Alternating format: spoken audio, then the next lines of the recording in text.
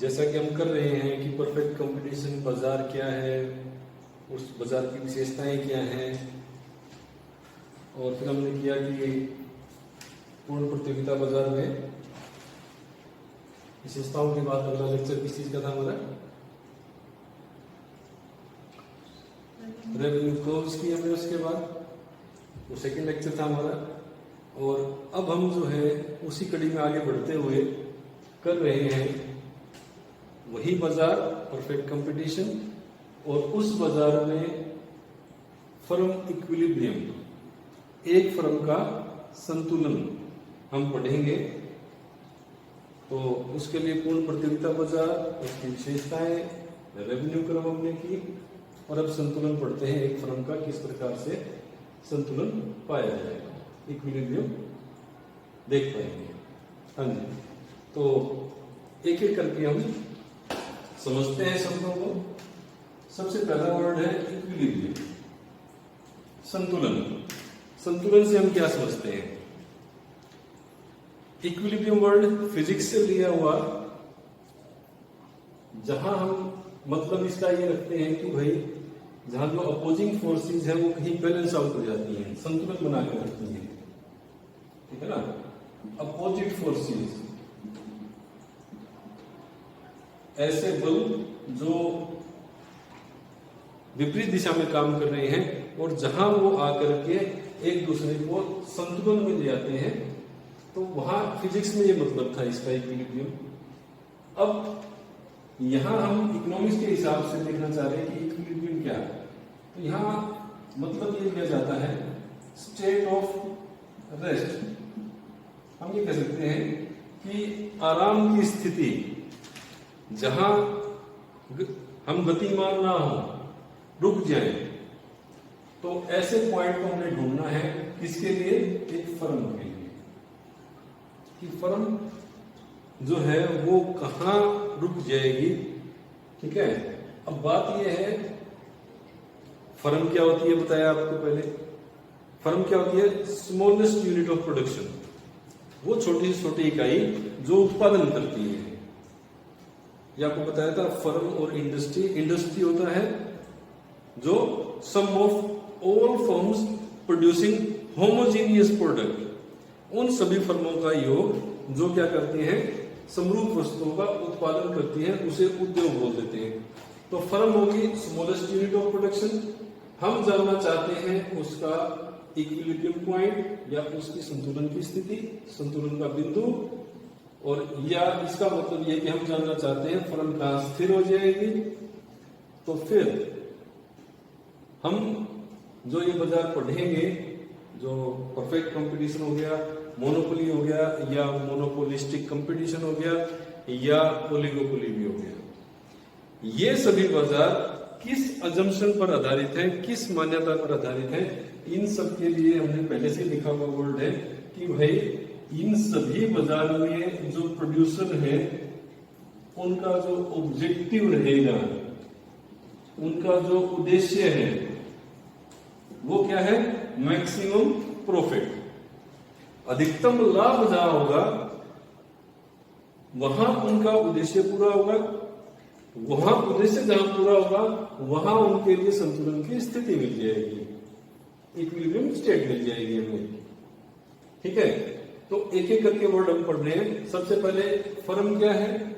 Smallest unit of production. Equilibrium क्या है? ऐसा पॉइंट या ऐसी स्थिति जहां फर्म आराम करे, रुक जाएगी। अब कहां आराम करेगी, कहां रुकेगी? जहां फर्म को क्या होते होंगे? मैक्सिमम प्रॉफिट होते होंगे, अधिकतम लाभ होते होंगे, क्योंकि ऑब्जेक्टिव ही इसी ऑब्जेक्टिव के ऊपर बेस्ड है सभी जितने भी हम बाजार में पढ़ने वाले हैं। तो मैक्सिमम प्रॉफिट, तो साथ लगे, आपको मैंने पहले भी बताया था रेवेन्यू कर्व वाले में कि रेवेन्यू और प्रॉफिट अलग अलग कंसेप्ट है। प्रॉफिट होता है, और प्रॉफिट निकालते कैसे हैं? लिख सकते हैं कभी, लाभ जो है कैसे निकाला जाएगा?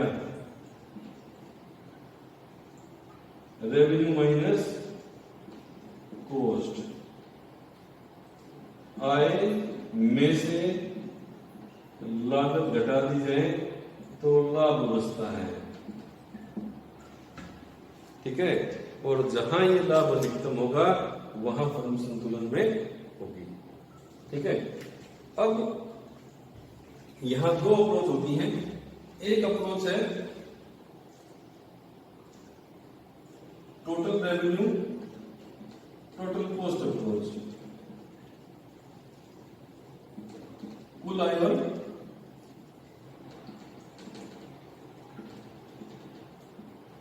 कुल लागत विश्लेषण रहेगा। यानी कि हम ये स्थिति, ये इक्विलिब्रियम का पॉइंट ढूंढेंगे प्रयोग किसका करते हुए, टोटल रेवेन्यू का और टोटल कॉस्ट का। परफेक्ट कंपटीशन हम पढ़ रहे हैं।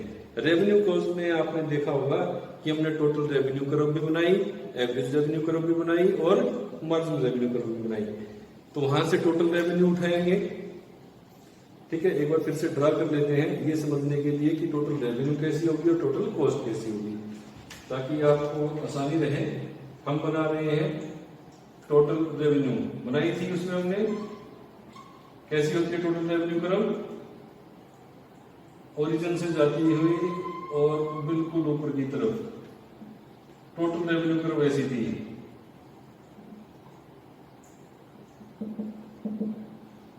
ठीक है, एक कांस्टेंट स्लोप के साथ मार्क, और आपको बताया था कि जो टोटल का जो रेट होता है वो मार्जिनल होता है। डायग्रामेटिकली टोटल रेवेन्यू का जो स्लोप होता है वो मार्जिनल होता है। तो जब मार्जिनल रेवेन्यू हमने देखा कांस्टेंट था, 10 था, 10 था, 10 था, इट मीन टोटल रेवेन्यू का स्लोप भी क्या है, कांस्टेंट है। तो टोटल रेवेन्यू एक स्थिर दर से बढ़ता हुआ कांस्टेंट रेट से इंक्रीज होता है और वो लगातार इंक्रीज ही होता है। टोटल कॉस्ट भी आपको याद दिलाई जाए कैसी होती है, कैसी होती है टोटल कॉस्ट, ये आपको पहले से आनी चाहिए इस चैप्टर के लिए एटलीस्ट।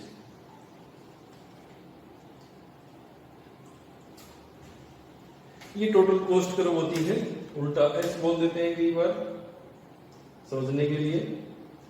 ये टोटल कॉस्ट कर्व है, इसका ऐसा आकार है, कारण क्या है, law of return two variable factor, law of variable proportion भी बोल देते हैं।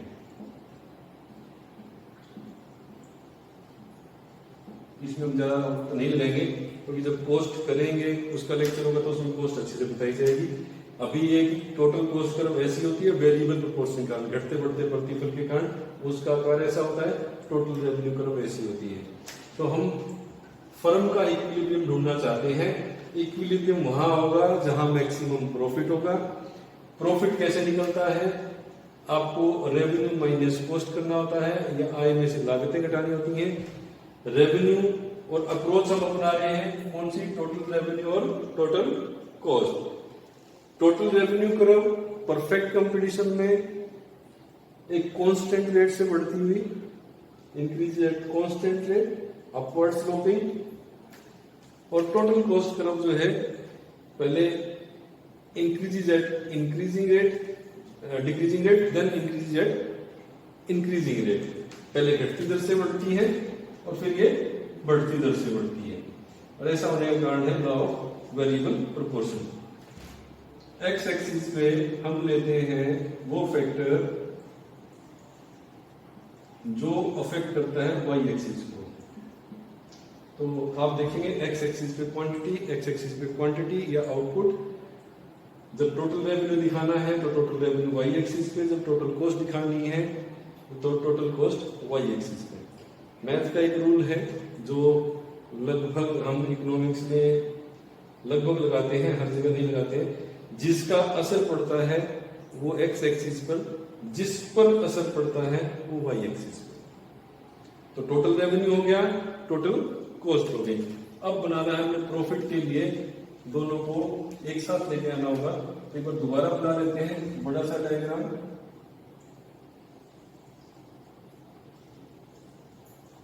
टोटल रेवेन्यू, एक्स एक्सिस पे आउटपुट,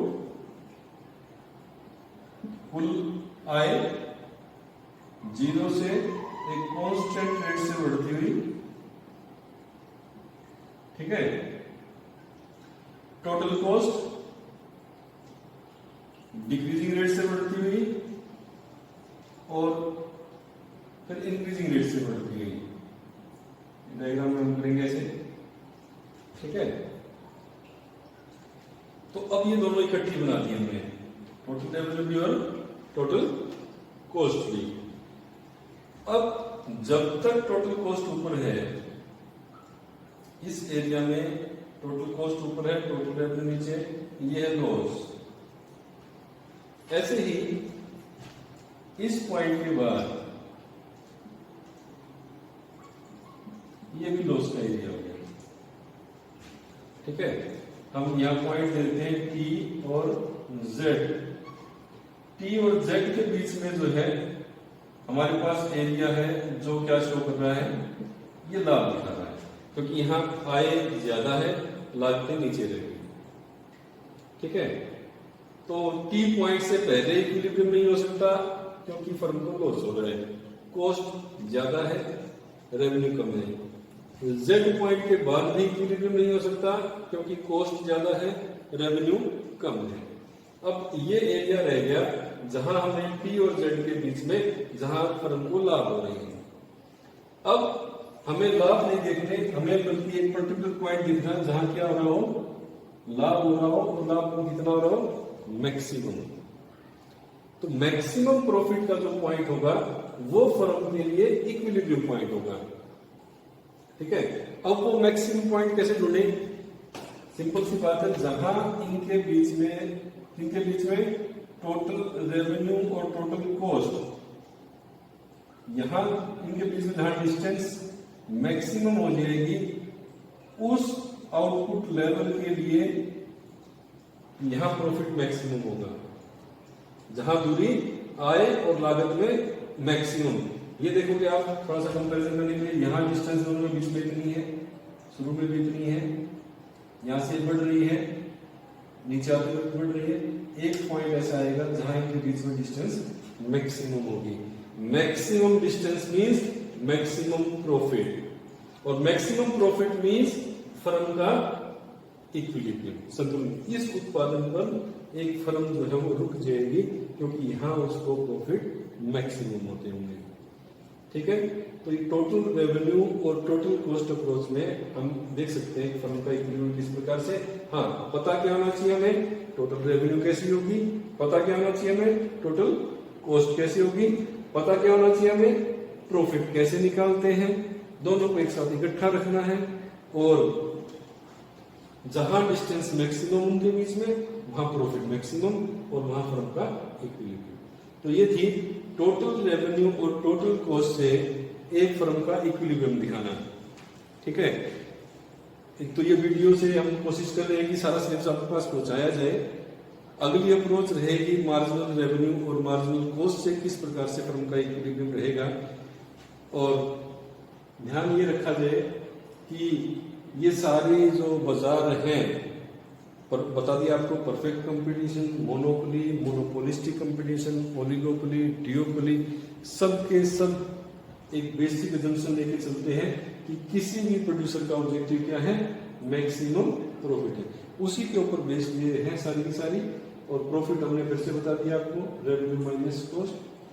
तो अगले वीडियो में हम कोशिश करेंगे कि आपको मार्जिनल रेवेन्यू और मार्जिनल कॉस्ट से किस प्रकार से हम फर्म का इक्विलिब्रियम ढूंढ सकते हैं। तो उसके लिए मार्जिनल रेवेन्यू करवानी चाहिए, मार्जिनल कॉस्ट आनी चाहिए, ठीक है। तो आज के लिए total revenue, total cost approach